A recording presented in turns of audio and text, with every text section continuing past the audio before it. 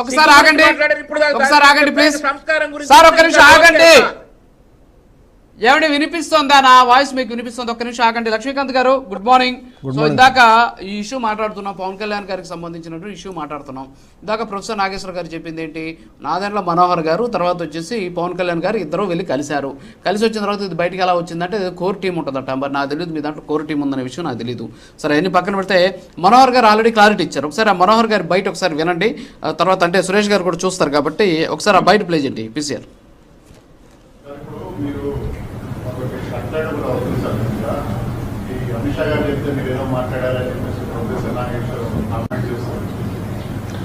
అంటే ప్రొఫెసర్ నాగేశ్వరరావు గారి పైన నాకు చాలా గౌరవం ఉందండి. అంటే నేను సభాపతిగా ఉన్నప్పుడు ఆయన శాసన మండలి సభ్యులుగా ఉన్నారు, సీనియర్ ఆయన. ఎందుకు ఆ విధంగా మాట్లాడారో మన నాకు తెలియదు, ఎవరు మాట్లాడారో కూడా తెలియదు. అది పూర్తిగా అవాస్తవం. అది దయచేసి ఆయన ఉపసంహరించుకోవాలి. అది కరెక్ట్ కదా ఇన్ఫర్మేషన్. ఎందుకంటే జనసేన పార్టీ ఎప్పుడు కూడా ఆంధ్రప్రదేశ్ రాష్ట్ర ప్రజలు బాగుండాలి, ఎన్డీఏ కూటమిలో మా బాధ్యత, కూటమి మరింత బలోపేతం అవ్వాలని పవన్ కళ్యాణ్ గారు ఎప్పుడు కూడా అహర్నిశలు కృషి చేస్తూ ఉంటారు. ఇతర పార్టీల గురించి మేము వెళ్ళి చర్చించాల్సిన అవసరం అసలు లేదు. ఆ సంభాషణ అసలు ఏనాడు కూడా జరగలేదు. అది చాలా పొరపాటు. అది నాగేశ్వరరావు డెఫినెట్గా విత్డ్రా చేసుకోవాలని భావిస్తాను. ఎస్ యా ఓకే లక్ష్మీకాంత్ గారు ఆయన క్లియర్గా చెప్పారు, ఆయనే ఉన్నారు ఆ మీటింగ్లో, ఆయనే ఉన్నారు అని చెప్పారు. సో మీటింగ్లో ఉన్న ఆయనే బహిర్గతంగా వచ్చి అలాంటి చర్చ జరగలేదు, మాకు అలాంటి అవసరం కూడా లేదని చెప్పేసి క్లారిటీ చేసినటువంటి పరిస్థితి. సో ఏంటి నాగేశ్వర గారి చేత ఎవరు మాట్లాడించారు సార్? ముందుగా మీకు ప్యానెల్ సభ్యులకి, ప్రైమ్ లైన్ వీక్షకులకి అందరికీ నమస్తే అండి. సార్ ఇందాక నుంచి ఈ డిబేట్ నడుస్తున్నంతసేపు అమిత్ షా గారిది, మనోహర్ గారిది, పవన్ కళ్యాణ్ గారిది ఫోటో పెట్టారు కదా, ఆ ఫోటో ఎప్పుడుదో చెప్పగలరా అండి?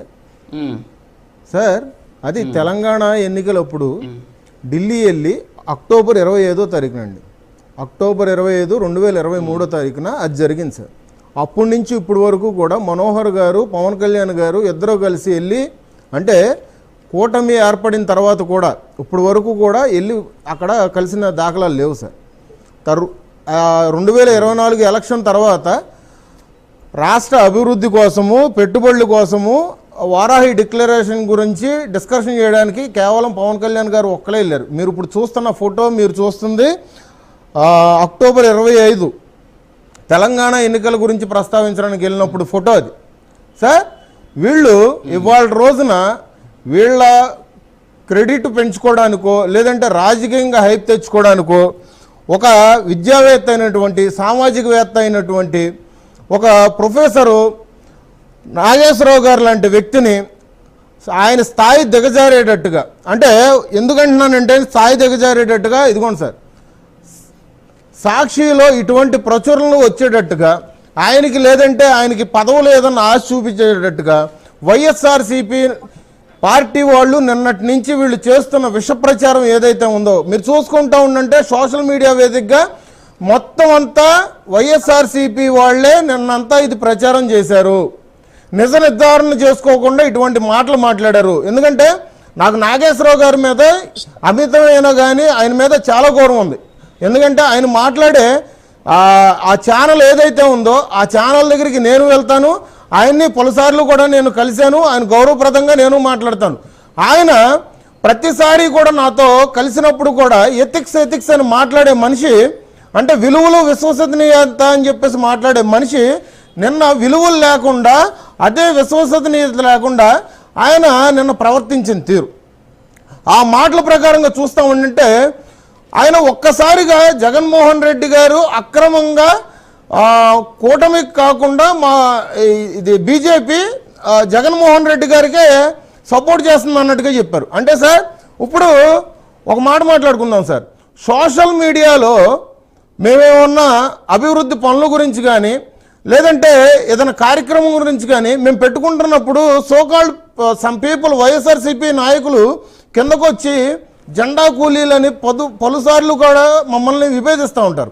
అంటే మేము ఇదే అడుగుతున్నాము, మీరు అక్రమంగా బీజేపీతో పొత్తు పెట్టుకొని ఇవాళ రోజున భుజం మీద వైఎస్ఆర్సీపీ అంటే గుండెల మీద వైఎస్ఆర్సీపీ జెండా అని చెప్పి భుజాల మీద బీజేపీ జెండా మోస్తా అక్రమంగా మీరు పొత్తు కలుపుకున్న వాళ్ళు మీరు జెండా కూలీలా? దానికి సమాధానం చెప్పాలి వైఎస్ఆర్సీపీ వాళ్ళే. ఇవాళ విలువలో విశ్వసనీయత అని చెప్పేసి మాట్లాడి పవన్ కళ్యాణ్ గారు క్రెడిట్ లేకుండా పోయింది, క్రెడిబిలిటీ తగ్గిపోయింది అని చెప్పేసి ఇందాక సురేష్ గారు చెప్తున్నారు. సార్ ఇవాళ సోషల్ మీడియాలోనే మాకు రోడ్ లేదంటే వెంటనే యుద్ధ ప్రాతిపదికన వెంటనే స్పందించిన వ్యక్తి పవన్ కళ్యాణ్ గారు.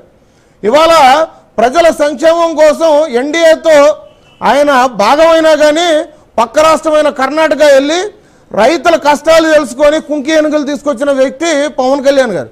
ఇవాళ పవన్ కళ్యాణ్ గారి గురించి క్రెడిబిలిటీ తగ్గిపోయిందని చెప్పేసి ఇవాళ డిబేట్లో కూర్చొని సురేష్ లాంటి వ్యక్తి మాట్లాడుతూ ఉండంటే ఈయన పరిస్థితిలో ఉన్నారా సార్ రాష్ట్ర ప్రజలు? సార్ వీళ్ళు క్రెడిబిలిటీ గురించి పవన్ కళ్యాణ్ గారి స్థాయి గురించి వీళ్ళు మాట్లాడతారు సార్. ఇవాళ ఎక్కడైనా కానీ వీళ్ళ చీకటి భాగోతం ఏంటంటే కూటమిని ఏదో విధంగా విచ్ఛిన్నం చేయాలి, పవన్ కళ్యాణ్ గారిని కాపు కులానికి పరిమితం చేయాలి. వీళ్ళు రేపొద్దున్న మనకు వచ్చిన 40% ఓట్ షేరింగ్తో మళ్ళీ మనం అధికారంలోకి రావాలి, మళ్ళీ దోచుకోవాలి. ఇదే సార్ వీళ్ళ సిద్ధాంతం, ఇదే సార్. నేను ఒకటే మాట సార్, నేను ప్రతిసారి కూడా నేను ఒకటే చెప్తున్నాను, నిక్కార్సైన నిజాయితీ గల మీరు చేస్తే కనుక రాజకీయాలు చేయండి. అంతేగాని ప్రతిసారి మీరు పొద్దున్న లేచిన కాడి నుంచి పవన్ కళ్యాణ్ గారు లేదంటే పవన్ కళ్యాణ్ గారు కాపు నాయకులు, పవన్ కళ్యాణ్ గారు దత్తపుత్రులు మీరు తీసుకున్న 5 రూపాయల చిల్లర యాశాలు మా దగ్గర పనిచేయవు. ప్రజలు ఇదంతా గమనించారు కాబట్టి వాళ్ళ రోజున మీరు 151 నుంచి అమాంతం 11 పడిపోయింది.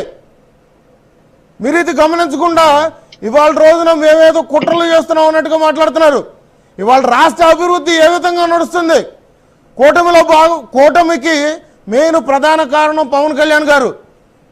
ఆ కారణంగా ఇవాళ రోజున అస్వస్థతకు గురయ్యి ఆయన సర్జరీ చేయించుకున్నారు కాబట్టి సాక్షాత్ ప్రధానమంత్రి గారు ఆయన ఇంటికి వచ్చారు.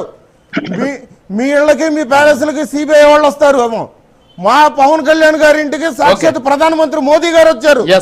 మా క్రెడిట్ అది. మా క్రెడిబిలిటీ గురించి మీరు మాట్లాడతారంటే, మా క్రెడిట్ గురించి మీరు మాట్లాడతారంటే అంట. ఇవాళ కేంద్రం నుంచి నిధులు వస్తున్నాయంటే సార్ ఒక మాట సార్, ఇవాళ కేంద్రం నుంచి నిధులు వస్తున్నాయంటే దానికి కారణం పవన్ కళ్యాణ్ గారు.